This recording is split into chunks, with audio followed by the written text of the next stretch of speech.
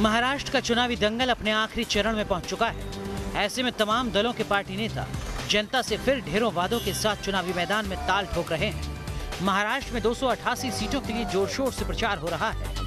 महाराष्ट्र चुनाव के हर कोने से वोटर का रुझान समझने के लिए चुनावी भाव के जरिए बड़ी कवरेज की जा रही है। आज चुनावी भाव विदर्भ और मराठवाड़ा के दौरे पर है। सबसे पहले महाराष्ट्र के विदर्भ का वो इलाका जो हमेशा से टेलीविजन और अखबारों की सुर्खियों में रहता है। नमस्कार, मैं हूं आपके साथ अक्षय विनोद शुक्ल और हमारी ये चुनावी यात्रा अब महाराष्ट्र के विदर्भ में दाखिल हो चुकी है। ये वही विदर्भ है जो सूखे की मार झेलता है और जहां वादों की नहर तो कई दफे बहा दी गई है, लेकिन हकीकत क्या है ये हम जानने की कोशिश करेंगे। साथ ही साथ कुपोषण अमरावती के अंदर एक अहम मुद्दा है, क्योंकि महाराष्ट्र में अमरावती कुपोषण के लिहाज से दूसरे पायदान पर खड़ा है। और ये वही अमरावती है जिसे सपना दिखाया गया कि इसे टेक्सटाइल का हब बनाया जाएगा। साथ ही साथ ये भी सपना इससे दिखाया गया था कि यहाँ पर ऑरेंज प्रोसेसिंग यूनिट जल्द से जल्द चालू की जाएगी, ताकि बेरोजगारी का जो एक अहम मुद्दा है वो खत्म हो। चुनावी भाव अमरावती के एक वाणिज्य कॉलेज में पहुंचे। क्या शिक्षा में सुधार आ सका है या फिर अभी भी कई काम हैं जो ये छात्र सरकार से चाहते हैं? जिनके बीच हम पहुंचे हुए हैं श्री शिवाजी कला व वाणिज्य महाविद्यालय, और ये अमरावती का एक जाना पहचाना कॉलेज है जहां से कई बड़ी हस्तियां भी निकल चुकी हैं। और ये जो छात्र हैं ये यहां पर इसीलिए मौजूद है ताकि ये अपनी राय रख सके। पहले आप बताइएगा मुझे, आप जो सरकार है उससे खुश हैं 5 साल का जो उसने काम किया? नहीं, मैं कतई खुश नहीं हूँ।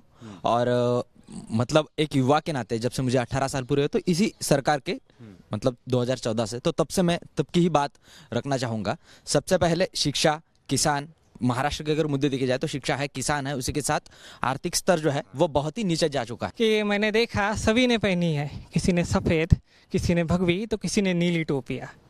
मैंने देखा सभी ने पहनी है, किसी ने सफ़ेद, किसी ने भगवी तो किसी ने नीली टोपियाँ। पर क्या इन सब ने फेंक दी होंगी अपने दिल के खूंटे पर टंगी हुई मतलबीपन की थैलियाँ?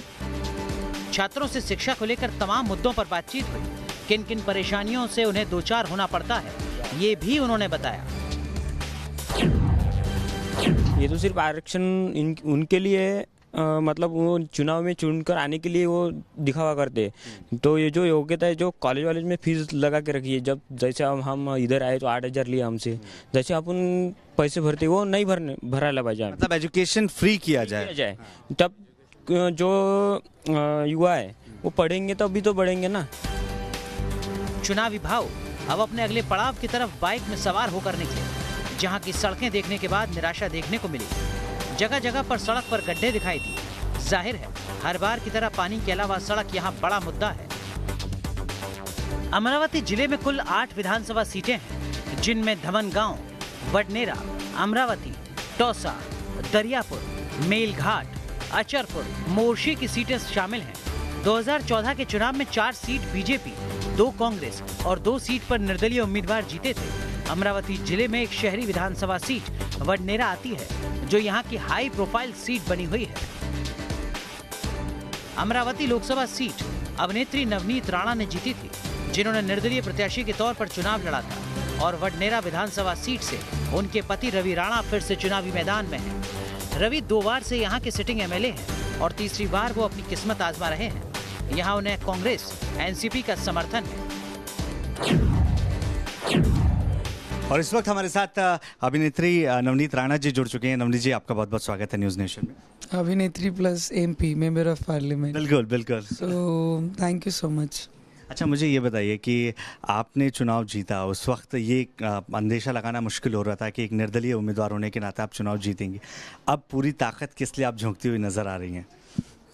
मुझे लगता है हमारे राज्य के इलेक्शंस हैं और ये ज़िले की खासदार होने के नाते, एमपी होने के नाते, ये ज़िले में जिस पार्टी ने मुझे समर्थन दिया है, रवि जी को समर्थन दिया है, मींस मेरे हस्बैंड खुद 3rd टाइम एमएलए के इलेक्शन लड़ रहे हैं, तो मुझे लगता है वो पार्टी के लिए मेहनत करना मेरा कर्तव्य और मेरा फर्ज है।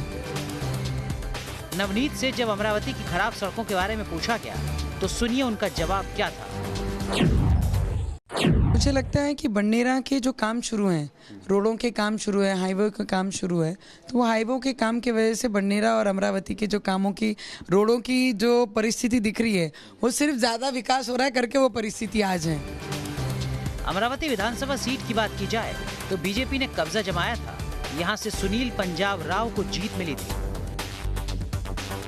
चुनावी भाव अमरावती के शिव टेकरी नाम की जगह पर पहुंचे, जहां से उन्होंने जनता की जानी दिल की बात। अमरावती में शिव टेकरी वो जगह है जहां पर लोग फिट रहने के लिए सुबह हो या शाम हो कसरत करते नजर आते हैं, वॉक करते नजर आते हैं। लेकिन क्या अमरावती 5 सालों में फिट हुआ है? क्या लोगों से जुड़े मुद्दों पर सरकार की तरफ से कोई काम किया गया है? यही जानने के लिए हम सुबह सुबह यहाँ पर पहुंच चुके हैं। सर, सबसे पहले मैं आपसे समझूंगा, कितना फिट हुआ है अमरावती आपके? फिट है, बिल्कुल फिट है। पॉलिसीज बनी हुई है, पॉलिसी को इम्प्लीमेंट हो रही है और धीरे धीरे सब चीज नॉर्मल होती चल जाएंगी। चुनावी भाव यहाँ के अकोला गांव में पहुंचे। गांव वाले सरकार के काम से कितने संतुष्ट दिखे, ये भी जाना गया। या इस गांव के शाला में कंप्यूटर्स वगैरह नहीं है, अच्छी टीचिंग फैकल्टी नहीं है। अच्छी टीचिंग फैकल्टी नहीं है इसलिए वो बाहर जाते हैं, यानी कि वलगांव इंग्लिश मीडियम के स्कूलों में पढ़ते हैं। तो ये गांव में सर डॉक्टर बाबा साहब अम्बेडकर की अस्थि है, ये इधर बुद्ध विहार है अंदर गांव में। तो ये अस्थि को, ये गांव को ग्रुप सी दर्जा मिला हुआ है, ठीक है, अस्थि रहने के कारण। तो वो अभी भी डॉक्टर बाबा साहब अम्बेडकर का बुद्ध विहार जिसमें अस्थि है, उनकी डेवलपिंग कुछ भी नहीं हुई।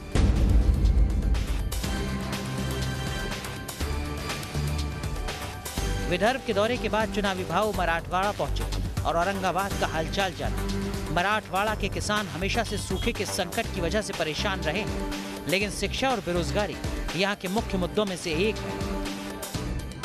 औरंगाबाद जिले की बात की जाए तो यहाँ पर 9 विधानसभा सीटें आती हैं, जिनमें Sillod, Kannad, Phulambri, Aurangabad central, Aurangabad west, Aurangabad east, Paithan, Gangapur, Vijaypur की सीट शामिल है। जब चुनावी भाव औरंगाबाद के एक टी स्टॉल में पहुंचे तो यहाँ कुछ अलग तस्वीर देखने को मिली। टी स्टॉल पर बीजेपी, शिवसेना और एमएनएस के पार्टी कार्यकर्ता मौजूद थे। उनके साथ भी चुनावी चुस्की ली गई। विचारधाराएं कई बार लोगों को बांट देती हैं, लेकिन हाँ, इतना जरूर है कि चाय एक ऐसी चीज है हिंदुस्तान में जो लोगों को जोड़ भी देती है। आप किस पार्टी से हैं? शिवसेना से। आप? भारतीय जनता पार्टी। आप? महाराष्ट्र नवनिर्माण सेना। एमएनएस। और आप?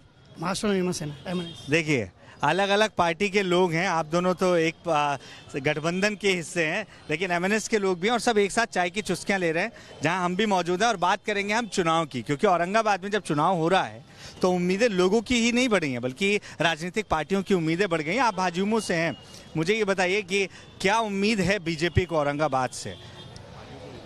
जो शिवसेना की सीट है, जो मध्य विधानसभा से लड़ रहे हैं, हमारे जायसवाल साहब हैं, बीजेपी सेना का गठबंधन है, तो 101% वो तो जीत के आने ही वाले। क्यों जीत कर आने वाले? पिछली बार तो ये सीट असदुद्दीन ओवैसी की पार्टी को मिली थी। हाँ, कुछ उसके अंदर में सेना बीजेपी अलग लड़ी थी, इसके लिए थोड़ा फटका बैठा था। लेकिन अब सेना बीजेपी युति में रहने की वजह से जायसवाल साहब 100%, कम से कम 20-30 हज़ार की लीड से 100% जीत के आई। पिछले 30 सालों से औरंगाबाद महानगर पालिका, औरंगाबाद जिला परिषद, औरंगाबाद के नज़दीक सभी विधानसभा, लोकसभा, ये सभी इलेक्शंस में शिवसेना और भारतीय जनता पार्टी का राज रहा है।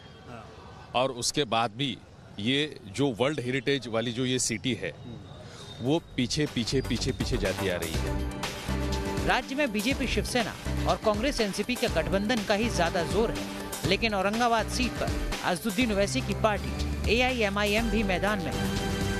और इस वक्त हम औरंगाबाद की एक खास बाग यानी हिमायत बाग के सामने खड़े हुए हैं। अब देखना यह है कि यहाँ की जनता किसका दिल बाग बाग करने वाली है उन्हें वोट देकर, और किसे थोड़ा इंतजार कराने वाली है आने वाले वक्त में। सबसे पहले भाईजान, आप मेरे को ये बताइएगा, 5 सालों में यहाँ पे काम हुआ नहीं हुआ?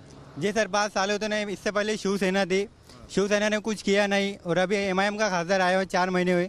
अब दिख रहा है MIM का काम जो अच्छे से हो रहा है।